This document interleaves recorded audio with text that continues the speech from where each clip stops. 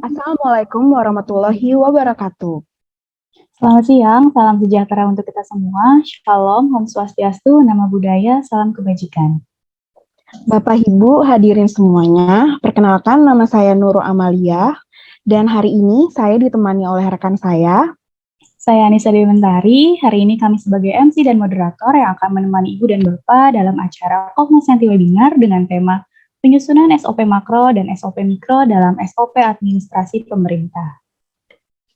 Oke, sebelumnya saya ingin mengucapkan terima kasih mewakili Cognoscenti Consulting Group kepada Bapak dan Ibu peserta webinar hari ini atas partisipasinya untuk hadir di acara Cognoscenti Webinar yang kelima nih, Mbak Anissa.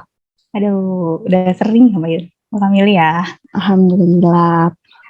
Oke, Cognoscenti Webinar ini adalah kegiatan seminar yang dilakukan secara online yang membahas topik-topik terkait manajemen organisasi yang akan dilaksanakan untuk publik dan free, gratis, yang dilakukan 2 kali dalam sebulan. Jadi, Bapak dan Ibu peserta webinar sering-sering lihat website dan sosial media kita, Cognoscenti Consulting Group, ada info terupdate tentang webinar mingguan ini. Dengan tema yang menarik pastinya ya, Kamili ya. Ya, betul banget. Mungkin kita sapa-sapa dulu ya Mbak Anissa, siapa aja nih yang hadir? Coba kita lihat ya. Kita lihat. Ada dari BRIN nih, Ibu Sri Astuti. Halo Ibu Sri Astuti, selamat siang. Selamat siang, Assalamualaikum. Waalaikumsalam Ibu, salam kenal Mbak Anissa ya, dan Mbak Nurul. Iya, salam kenal Ibu. Sehat, selamat bergabung ya Bu. Ya, terima kasih. Ada, tadi saya lihat ada Pak Hasan dari Kemendikbud ini. Wah, penonton tetap penonton setia webinar kita sapa dulu mana nih. Halo Pak Hasan, selamat siang. Kita dapat door prize lagi ya Pak? Halo, selamat siang, thank you. Selamat siang Pak, selamat bergabung. Satu lagi ada beberapa ada Ibu Nova dari Kemen PPA. Halo Ibu Nova, selamat siang. Ibu Nova, nggak ada suaranya. Selamat bergabung ya Bapak dan Ibu. Oke, baik. Perkenalan dulu juga bagi Bapak dan Ibu yang baru hadir. Jadi Cognoscenti Consulting Group ini adalah lembaga konsultan manajemen yang sudah beroperasi sejak 2008. Jadi kita banyak membantu organisasi pemerintah, kementerian, lembaga, pemerintah daerah, perusahaan swasta, dan BUMN dalam kebutuhan manajemen dan manajemen organisasi untuk kemajuan bagi organisasinya. Juga didukung oleh sekelompok konsultan lulusan S2 dari berbagai universitas, baik universitas dalam negeri maupun luar negeri, yang telah memiliki pengalaman lebih dari 100 proyek selama 15 tahun terakhir. Dalam pendampingan konsultasi juga, kami menggunakan pendekatan filosofis, teoritis, metodologi juga, serta benchmarking dari secondary data berdasarkan pengalaman selama menjadi lembaga konsultan. Salah satu metodologi kita, sebuah achievement bagi kami yang kita kembangkan terkait pengembangan peta proses bisnis, kita diadopsi oleh Kemenpan RB pada Permenpan 19 tahun 2018 tentang penyusunan peta proses bisnis instansi pemerintah. Oke, benar banget Kamili nih. Jadi Cognoscenti ini juga telah banyak membantu lembaga, pemerintah daerah, BUMN, ataupun swasta dalam kebutuhan organisasi. Nah, selain pengembangan peta proses bisnis dan SOP, kami juga membantu dalam bidang human resource, dalam pengembangan balance scorecard, pengembangan sistem kinerja, dan masih banyak lagi sesuai dengan kebutuhan organisasi Bapak dan Ibu. Nah, oke, mungkin kita langsung aja ya Kamili ke acara inti. Nah, jadi di webinar ini kita sudah mengundang 2 pembicara ya Kamili ya. Iya, betul. Ada Mbak Nugraheni Puspitasari SE MSI.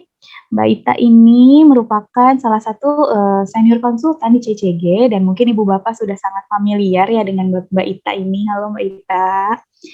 Nah, selamat siang Mbak Ita. Selamat siang. Ya, Mbak Mili, Mbak Nisa. Nah, aman. Selain itu, kita juga berkesempatan nih untuk mengundang pembicara dari luar, yaitu ada Pak Dr. Andes Rezal Akbar Nasrun MA. Nah, saat ini beliau menjabat sebagai Kepala Bagian Tata Laksana dan Reformasi Birokrasi, Biro Perencanaan dan Organisasi di Kemenlu atau Kementerian Luar Negeri. Selamat siang Pak Rezal, Mbak Ita. Selamat siang Pak Rezal. Ketemu lagi Mbak. Ketemu lagi Mbak Pak Ita. Rezal. Oke, mungkin kita langsung aja ya Kamili ya ke acara inti acara pertama, yaitu pemaparan dari Mbak Puspita. Kembali lagi saya perkenalkan bahwa Mbak Puspita ini merupakan konsultan senior di Cognoscenti Consulting Group. Beliau menempuh pendidikan S1 dan S2-nya di jurusan Manajemen Institut Pertanian Bogor. Nah, Mbak Puspita ini sudah banyak terlibat dalam beberapa proyek pendampingan organisasi, baik di kementerian, lembaga, pemerintah daerah, BUMN, ataupun swasta, dalam pengembangan peta proses bisnis dan SOP pastinya ya. Untuk mempersingkat waktu, kepada Mbak Ita, waktu dan tempat kami persilahkan. Oke, selamat siang Bapak dan Ibu sekalian. Bertemu lagi dengan saya izin share screen ya. Oke, sudah terlihat paparannya? Ya, nanti kalau sinyalnya agak down bilang ya. Oke, bertemu lagi dengan saya di webinar kelima. Mungkin di webinar-webinar sebelumnya juga ada yang tadi ada penonton setia ya. Mungkin jangan bosan ya Pak, ketemunya saya lagi. Nah, di webinar sebelumnya kita sudah banyak membahas terkait proses bisnis, kemudian ada terkait standar manajemen mutu, kemudian dan lain sebagainya. Nah, pada kali ini saya akan lebih fokus pada penyusunan SOP makro dan mikro dalam SOP AP. Nah, di sini nanti saya berduet dengan Pak Rezal. Tadi kita sudah kenalan ya di awal. Pak Rezal ini bersama saya, sebelumnya kita sama-sama melakukan sebuah proyek untuk melakukan evaluasi proses bisnis dan SOP makro serta mikro yang ada di Kementerian Luar Negeri. Nah, nanti seperti apa yang sebelumnya kita lakukan bersama. Nah, ini saya akan sekilas memaparkan terlebih dahulu sebelum nanti kita berbicara lebih lanjut dengan Pak Rezal juga. Oke, sebentar.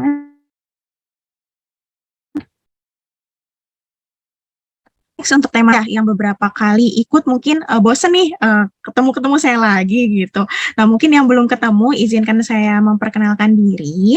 Nama saya Nugrahini Puspitasari atau biasa dipanggil Mbak Ita atau Mbak Puspita. Nah, saya ini sudah banyak mendampingi di beberapa kementerian maupun lembaga pemerintah daerah, juga beberapa BUMN maupun swasta yang saat ini sedang kami tangani, yaitu terkait proses bisnis maupun sampai review organisasi. Nah, mungkin singkat saja itu perkenalannya supaya tidak lama-lama. Nah, mungkin kita sering kali ya, kenapa sih proses bisnis, SOP? Nah, sekarang kita pahami dulu terkait aturannya. Nah, terkait aturan yang pertama, ini dari Permen-Pan RB nomor 35 tahun 2012 dulu gitu ya, awalnya ini dikenal ada pedoman gitu ya, terkait penyusunan standar operasional prosedur administrasi pemerintahan atau SOP AP. Nah, kalau kita bicara di pasal 1, nah mereka ini menyampaikan bahwa setiap gitu ya, setiap pemerintah pusat maupun daerah ini harus menyusun standar operasional prosedur di lingkungan instansi masing-masing dalam rangka pelaksanaan RB. Jadi sudah cukup lama ya, sekitar 10 tahun yang lalu peraturan ini hadir. Nah, itulah mengapa dulu kita sama-sama saling berburu gitu ya, melengkapi SOP-nya masing-masing seperti itu. Nah, selanjutnya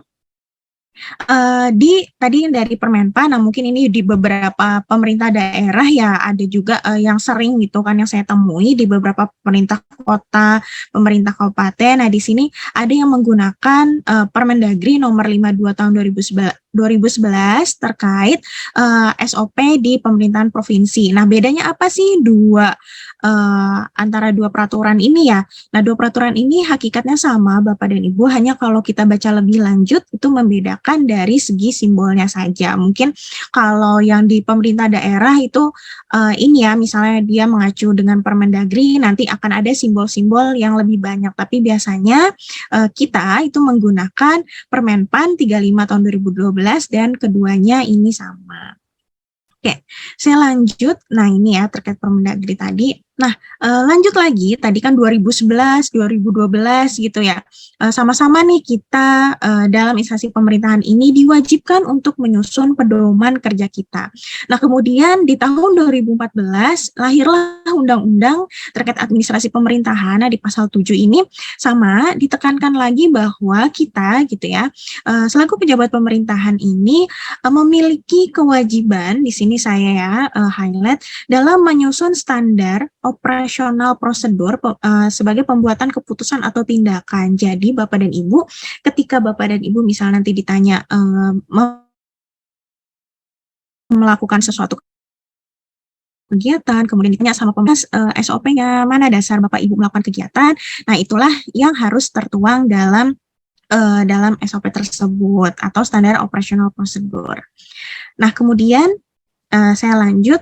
Nah, kemudian di sisi lain di sini juga ada dari Permenpan itu yang nomor 12 tahun 2011 sebelum 2012 tadi.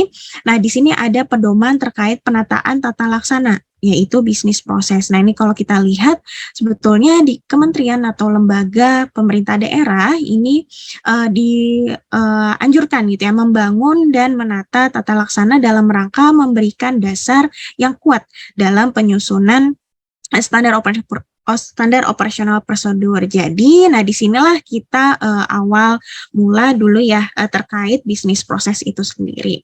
Nah, mungkin dulu kalau kita bisa bicara belum cukup populer ya di tahun 2011, 2012 terkait bisnis proses itu apa. Kemudian kami Koknosenti bersama dengan Permenpan RB di tahun 2018 ini kami sama-sama kami membantu merancang sebuah peraturan menteri yang menjadi acuan saat ini Bapak dan Ibu, yaitu adalah terkait penyusunan peta proses bisnis instansi pemerintah. Jadi ini adalah kita coba elaborasi atau kita coba mencari kekurangan ya dari peraturan menteri yang sebelumnya, kenapa sih di tahun 2011 2012 itu kurang hype pada saat itu. Nah, kemudian kami di sini mengusulkan itu di dalam Permenpan sendiri di pasal kedua di sini terkait proses bisnis itu adalah acuan instansi untuk menggambarkan hubungan kerja yang efektif dan efisien antar unit organisasi, dan metode yang kita lakukan yaitu adalah dengan metode flowchart. Mungkin kalau yang di sebelumnya itu lebih Bapak Ibu kenal dengan metode BPMN, tapi kedua metode ini sama-sama betul dalam penyusunan proses bisnis. Nah, karena tema kali ini Bapak dan Ibu, saya tidak terlalu dalam terkait proses bisnis itu apa, mungkin saya sedikit sekilas saja ya terkait proses bisnis. Jadi mungkin Bapak dan Ibu di instansi Bapak dan Ibu di sebuah kementerian, sebuah pemerintah daerah pasti ada dokumen Rensra atau RPJMD. Nah, dokumen-dokumen ini kalau kita lihat ya Bapak dan Ibu, nanti dalamnya itu akan ada misalnya visi, misi, tujuan Bapak dan Ibu, arah kebijakan dan strategis, nanti akan diturunkan program dan kegiatan yang sangat banyak gitu ya, yang akan Bapak Ibu lakukan dan harus Bapak Ibu evaluasi apakah memang dari segi program maupun kegiatan tersebut bisa terlaksana dengan baik atau tidak.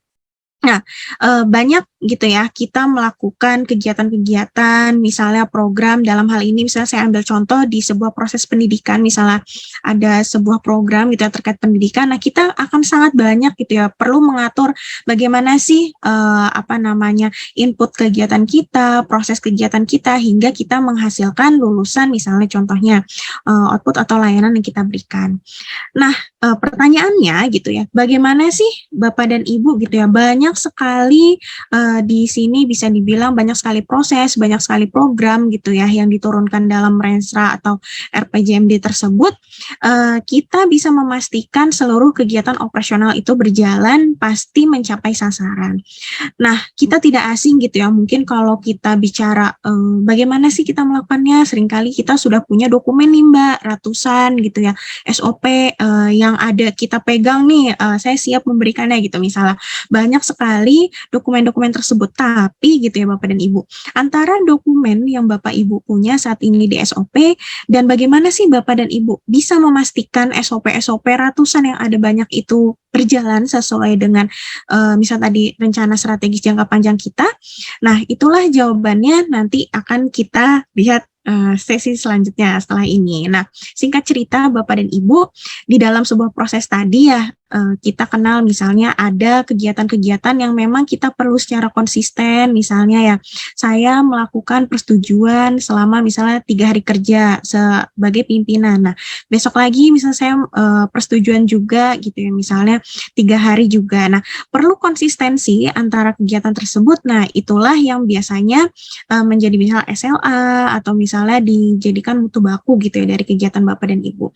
Tapi ada juga misal program-program inisiatif yang sebagai peningkatan nanti ke depan. Nah, itu kita bicarakan mungkin di sesi yang webinar sebelumnya ya, kalau Bapak dan Ibu nonton, kalau ketinggalan nanti bisa lihat di YouTube kita. Nah, saya saat ini bicara terkait bagaimana kita memastikan gitu ya, seluruh proses kita tadi mencapai sasaran jangka panjang dan secara kita bisa konsisten, itulah kita bicara proses bisnis dan SOP. Nah, sebelum nanti masuk ke SOP, nah proses bisnis ini adalah jembatan, Bapak dan Ibu. Saya analogikan dengan jembatan. Kenapa saya bilang jembatan? Karena dia akan menjembatani gitu ya seluruh program-program misalnya yang ada di Rensra yang bersifat jangka panjang gitu ya, menyeluruh gitu ya secara satu instansi dan prioritas, jangka-jangka prioritas yang akan nanti kita sama-sama turunkan dalam kegiatan-kegiatan yang ada di SOP kita yang sifatnya lebih rutin, lebih sektor di unit kerja Bapak dan Ibu, dan lebih detail. Nah, nanti ketika Bapak Ibu sudah membangun proses bisnis tersebut, nah inilah yang nanti mungkin beberapa instansi ya, ini nanti bisa melakukan review organisasi atau evaluasi organisasi. Nah, di sini juga saya sedang mendampingi salah satu BUMN untuk melakukan review organisasinya dia dengan menggunakan proses bisnis.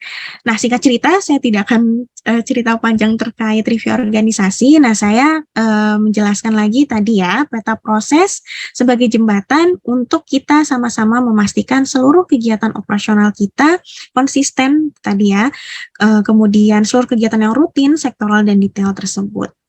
Nah, sebelum masuk nanti, saya di sini mungkin mengulas sedikit ya terkait proses bisnis itu apa. Nah, mungkin kalau proses bisnis kita tidak semerta-merta, misalnya kan kita lembaga instansi pemerintah ya, Mbak. Kenapa harus menyusun proses bisnis? Nah, bisnis ini dalam artian bukan untuk mencari atau profit dalam hal ini.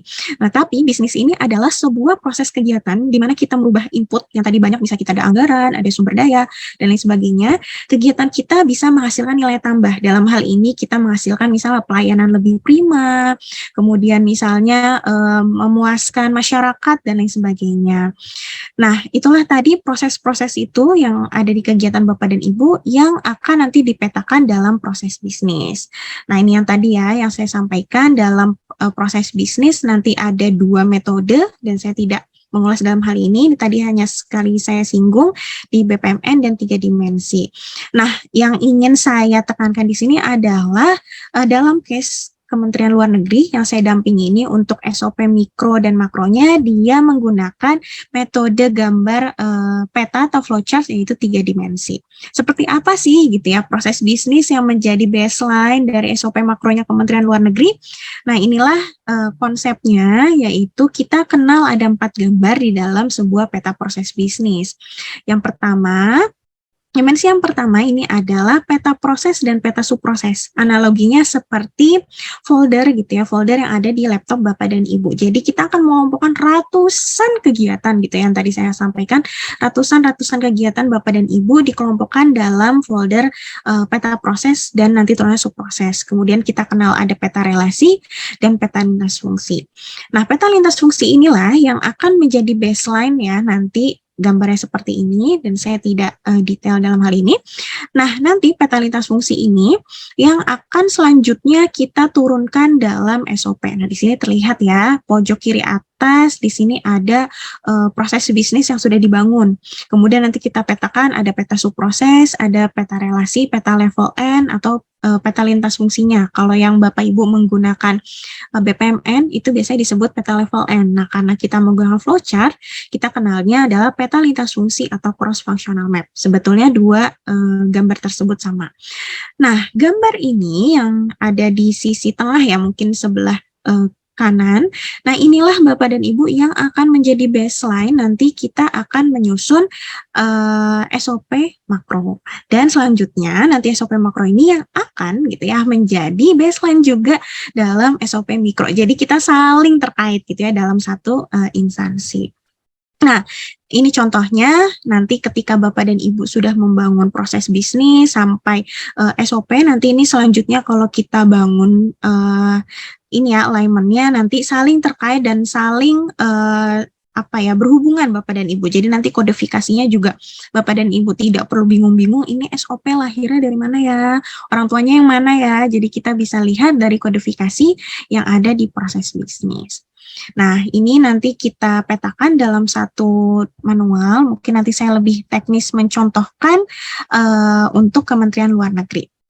Nah, ini tadi ya untuk misalnya yang menggunakan metode BPMN, misalnya nanti ada level 0 gitu ya, level 1, level 2, kemudian nanti turun sampai SOP-nya. Nah, kemudian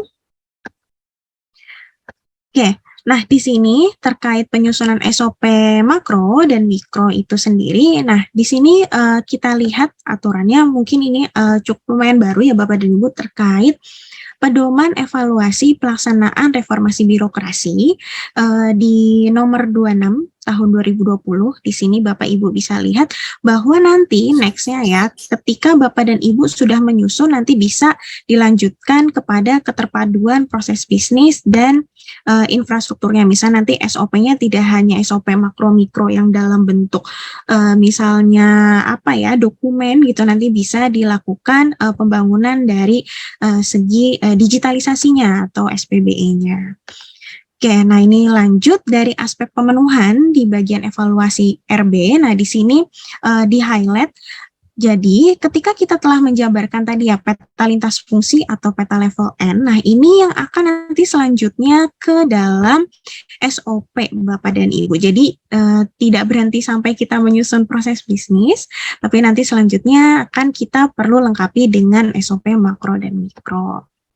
Oke, nah nanti SOP makro dan mikro juga nanti bisa dilakukan ya pembangunan secara digital yang dimana kita kenal dengan SPE-nya.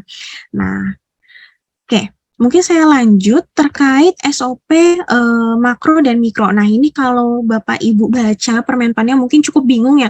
SOP makro adalah dia bagian dari aktivitas yang SOP merupakan integrasi dari beberapa SOP mikro. Kalau SOP mikro berupa besaran dari SOP makro. Seperti definisi laki-laki adalah manusia yang bukan wanita. Wanita adalah manusia yang bukan laki-laki. Kan ini membingungkan. Mungkin nanti saya akan memberikan apa sih bedanya SOP makro dan mikro. Jadi sebetulnya Bapak dan Ibu yang membedakannya itu adalah pelaksana. Oke, jadi nanti saya kasih contoh dari Kementerian apa sih yang membedakan pelaksananya gitu ya. Ini yang amat sangat menjadi dasar perbedaan yang Bapak Ibu buat itu adalah jenis SOP makro atau mikro gitu. Tapi kalau dari segi substansinya sama. Oke, saya lanjut. Oke, mungkin supaya lebih memahami ya, di sini nanti ketika kita sudah mengumpulkan atau kita sudah menyusun misalnya dokumen proses bisnisnya gitu ya, sampai peta level N-nya, nanti akan dibukukan dalam satu manual yang akan menjadi guidance gitu ya Bapak dan Ibu. Misalnya Bapak dan Ibu membeli katakanlah laptop atau kulkas atau apa, kan itu ada buku petunjuknya. Nah, begitu juga dengan sebuah instansi nanti ketika sudah memiliki proses bisnis sampai level E dan dibukukan dalam satu buku besar gitu ya, kamusnya manual organisasi, ini bisa membantu Bapak dan Ibu untuk merincikan gitu ya, mengenal instansi Bapak dan Ibu. Nah, nanti manual ini yang akan selanjutnya dokumentasikan atau diturunkan dalam dokumen SOP makro, kemudian nanti turunan ada SOP mikro dan beberapa SOP teknis lainnya. Oke, saya lanjut. Nah, SOP makro atau SOP mikro sebetulnya sama Bapak dan Ibu terkait dari segi format. Biasanya kita ada bagian yang pertama itu adalah lembar identitasnya. Nah, lembar identitas ini nanti biasanya berisi nomor SOP-nya. Dalam hal ini misalnya contohnya ini saya ambil di Kementerian Luar Negeri ya. Misal MOFA itu Ministry of Foreign Affairs. Nah, ini adalah singkatan atau kode organisasinya Kementerian Luar Negeri. 01 itu adalah proses bisnisnya Kementerian Luar Negeri nomor pertama. 03 itu adalah subprosesnya. CFM 01 itu adalah peta level N yang pertama. SOP 01 ini berarti SOP makro yang pertama, dan IK 01 itu adalah SOP mikro yang pertama. Jadi nanti antara SOP kodifikasi SOP makro, SOP mikro itu nanti akan saling terkait dan terhubung dengan proses bisnisnya. Nah, inilah yang nanti mungkin ketika Bapak Ibu melakukan audit gitu ya, jadi lebih memudahkan mampu telusur dokumen dari Bapak dan Ibu. Kemudian nanti ada tanggal pembuatan, kemudian disahkan oleh siapa, nama SOP-nya, dasar hukum, dan kualifikasi pelaksana. Nah, selanjutnya, setelah kita kenal ada badan lembar identitas, kita kenal dengan bagian isinya. Nah, bagian isinya ini yang membedakan gitu ya, apa sih Mbak bedanya kita udah membuat level N gitu ya, tapi kita harus membuat SOP lagi gitu. Nah, yang membedakan itu adalah biasanya proses bisnis itu hanya menceritakan, mungkin bisa dicatat ya supaya tidak lupa Bapak dan Ibu, siapa melakukan apa. Oke, itu hanya dijelaskan dari peta level N, gitu ya. Nah, tapi bagaimana sih melakukannya, gitu ya. Kemudian mutu bakunya atau persyaratan seperti apa, waktunya, nah itu hanya ada di SOP. Jadi lebih lengkap lagi nanti siapa, melakukan apa, bagaimana caranya, kemudian ada mutu bakunya, ada persyaratannya juga seperti apa. Nah, itulah yang membedakan antara SOP dengan peta level N. Jadi lebih lengkap ya. Dalam hal ini misalnya kita sudah punya pelaksananya siapa, aktivitasnya apa gitu ya. Nanti kita lengkapi dengan persyaratan di sini dan mutu bakunya. Nah, inilah yang lebih menjabarkan antara SOP dengan peta level N Bapak dan Ibu. Tapi misalnya alurnya nih, saya udah punya Mbak, alur level SOP-nya seperti apa. Nah, yang ada di peta level N itu nanti bisa menjadi baseline Bapak dan Ibu, menyusun alur yang ada di SOP makro, misalnya nanti perlu ada perbaikan, bisa menjadi koreksi lagi di peta level N-nya. Nah, nanti untuk SOP mikro bisa lebih detail lagi. Misalnya contohnya di sini, dalam hal ini saya ngambil contoh di SOP mikro perwakilan. Nah, dalam hal ini nanti dia lebih spesifik, pelaksana-pelaksananya ini adalah yang ada di unit perwakilan gitu. Berbeda dengan SOP makronya yang mungkin secara general di Kementerian Luar Negeri nanti akan ada lintas unit kerjanya. Nanti saya berikan contoh ya. Nah, caranya tadi mungkin saya sudah menceritakan sedikit ya langkah-langkah kita menyusun SOP AP. Tadi kita perlu identifikasi judul dulu. Nah, identifikasi judul ini nanti bisa dilakukan, nah ini, untuk misalnya kita di dalam SOP makro bisa nanti kita benchmark gitu ya, atau baseline-nya dari peta level N-nya dari sebuah kementerian. Nah, kemudian untuk judul SOP makro nanti kita bisa ambil dari SOP mikronya, gitu ya, atau juga peta proses bisnis di lingkup 4 Bapak dan Ibu, dan juga kita melakukan identifikasi TUSI di SOTK. Nah, seperti ini. Mau tahu lebih lengkapnya mungkin nanti kita berjumpanya di BIMTEK ya Bapak dan Ibu. Nah, saya mundur sedikit, tadi itu cara untuk identifikasi judul SOP ya, bisa dari peta proses bisnisnya, yaitu nanti akan turunannya, kemudian atau bisa juga misalnya SOP mikro nanti turun dari SOP makronya atau dari TUSI-nya. Kemudian mengidentifikasi prosedur atau langkah kegiatan berdasarkan judulnya. Nah, ini tadi ya, bisa baseline-nya kalau kita punya proses bisa akan lebih mudah. Kemudian format. Nah, dalam hal ini formatnya kita karena menggunakan Permenpan 35, kita kenal ada 5 simbol, Bapak dan Ibu, mungkin yang menggunakan Permendagri nanti akan lebih banyak. Nah, yang menggunakan Permenpan ini untuk start atau kegiatan awal, biasanya kita mulai dengan kapsul, gitu. Kemudian nanti untuk aktivitas, itu adalah kotak-kotak prosesnya, kemudian nanti misalnya untuk melambangkan pengambilan keputusan atau pecah alur kegiatan, itu bisa belah ketupat. Kemudian nanti arah kegiatannya kemana itu prosedur nanti dengan panah, dan nanti misalnya untuk tanda hubung misalnya terlalu panjang dia akan berhenti. Nah, ini konektornya adalah segi 5. Oke, selanjutnya Nah, ini mungkin next. Nah, ini mungkin Bapak dan Ibu prinsip-prinsip mungkin ya yang untuk hal-hal yang perlu mungkin Bapak dan Ibu perhatikan yang bisa dilakukan dan tidak dilakukan dalam penyusunan SOP. Jadi yang pertama yang bisa dilakukan adalah pelaksana terkait SOP ini harus jelas gitu ya. Untuk SOP makro berarti dia menggambarkan hubungan antar lintas unit yang ada di instansi. Nah, biasanya nanti benchmarknya dari peta level N tersebut. Kemudian aktivitas harus diisi dengan kalimat aktif gitu ya, nanti di kolom aktivitas, kalimat aktif, jadi misalnya menugaskan apa, memberikan disposisi apa, jadi dengan kalimat aktif. Kemudian tadi menggunakan simbol yang sesuai, sudah saya ulas. Kemudian kolom kelengkapan nanti ini diisi dengan kata benda gitu ya. Jadi yang kolom kelengkapan tadi mungkin saya balik sedikit ya.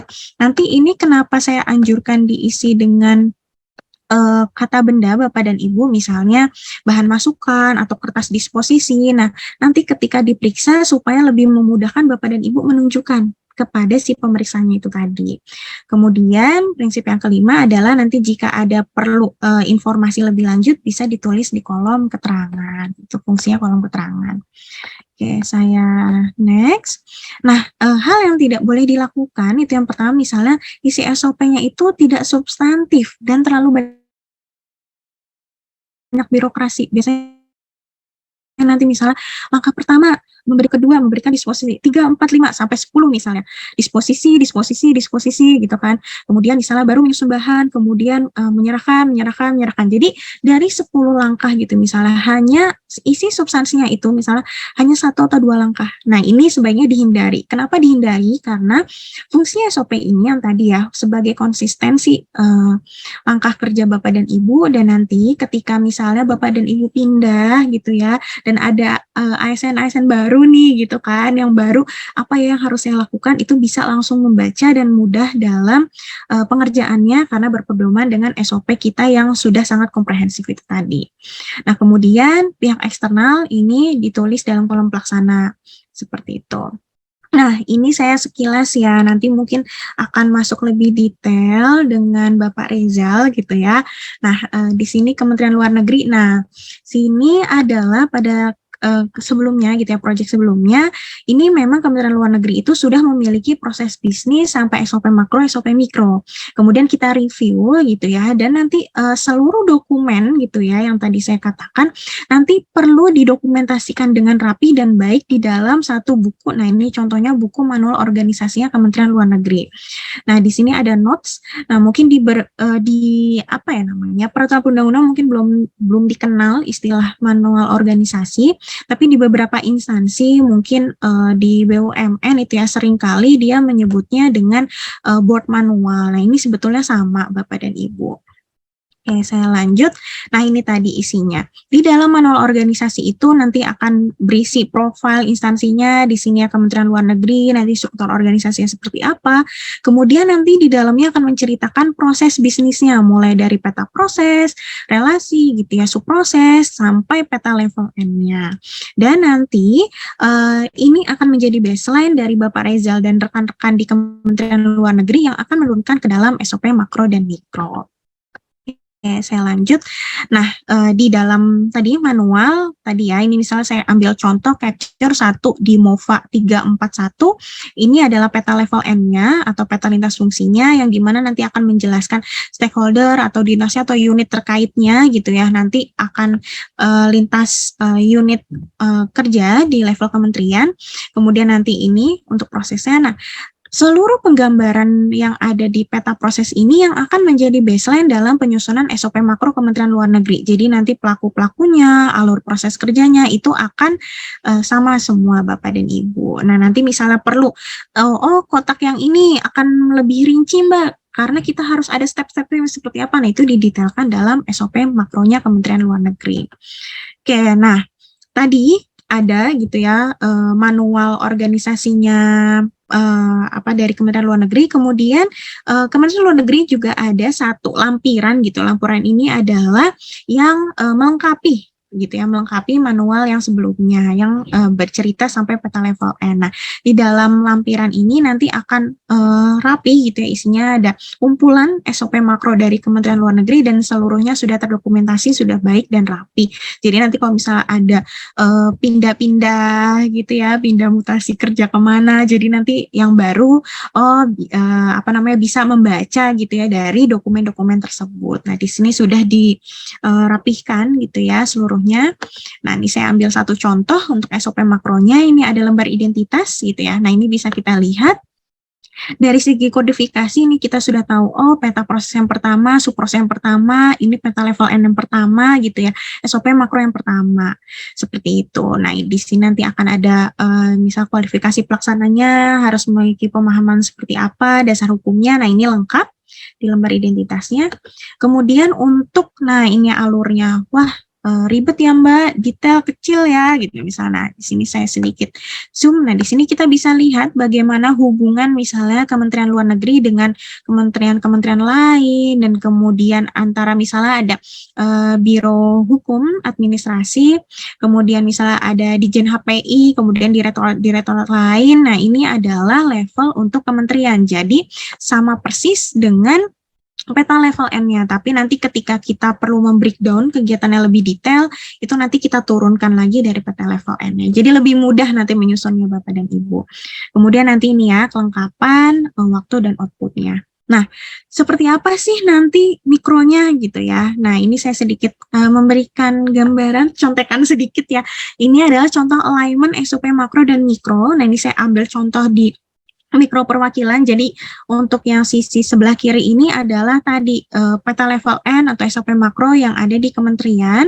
Kemudian kita coba kelompokkan mana nih pelakunya yang ada urusan perwakilannya atau lain sebagainya. Nanti kita inline-kan, ada nih perwakilan di SOP yang mana, kemudian nanti dari SOP yang ada itu nanti bisa kita detailkan lebih detail dari SOP yang ada. Jadi proses bisnis dan SOP yang telah dibangun sebelumnya itu adalah menjadi baseline dari penyusunan SOP mikro pada unit kerja terkait. Nah, ini saya ambil contohnya di perwakilan.